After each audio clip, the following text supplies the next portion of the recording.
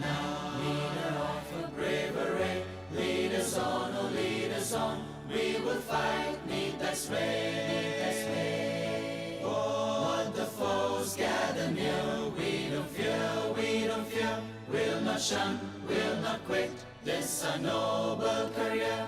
We will fight, ever true to death, to thee, true to God. The take and receive. 2:34.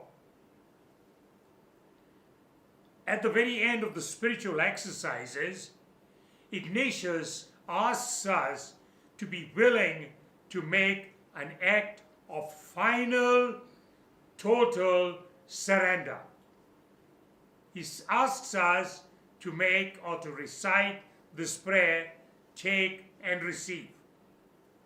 A very difficult prayer, if you understand the meaning of it.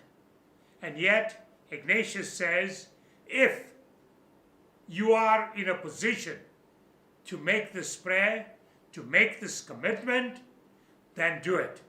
Because it means you are now totally in unison with God. He says, we are asked to surrender our liberty, our memory, our understanding, and our total wills. May I repeat?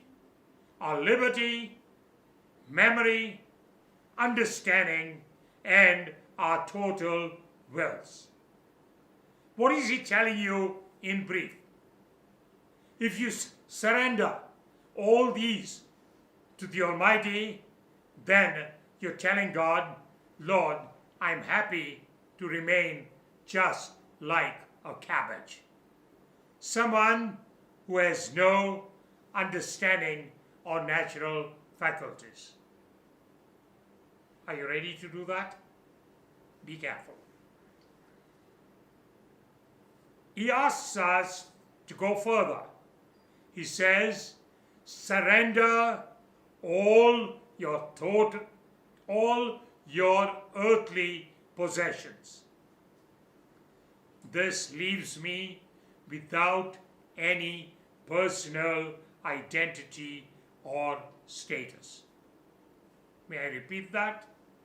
This leaves me without any personal identity or status. In other words, I am a nobody. The finest disclaim is, I have to say, I never owned anything myself.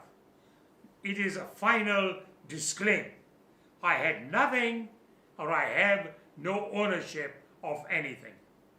I'm acknowledging that all that I think I have is all God given.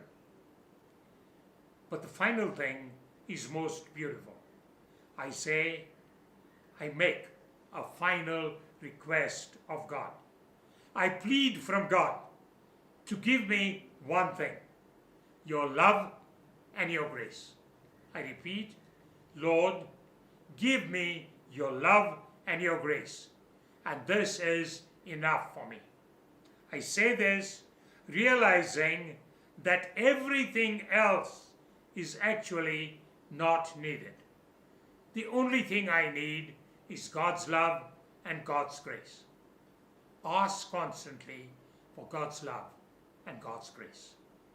Thank you.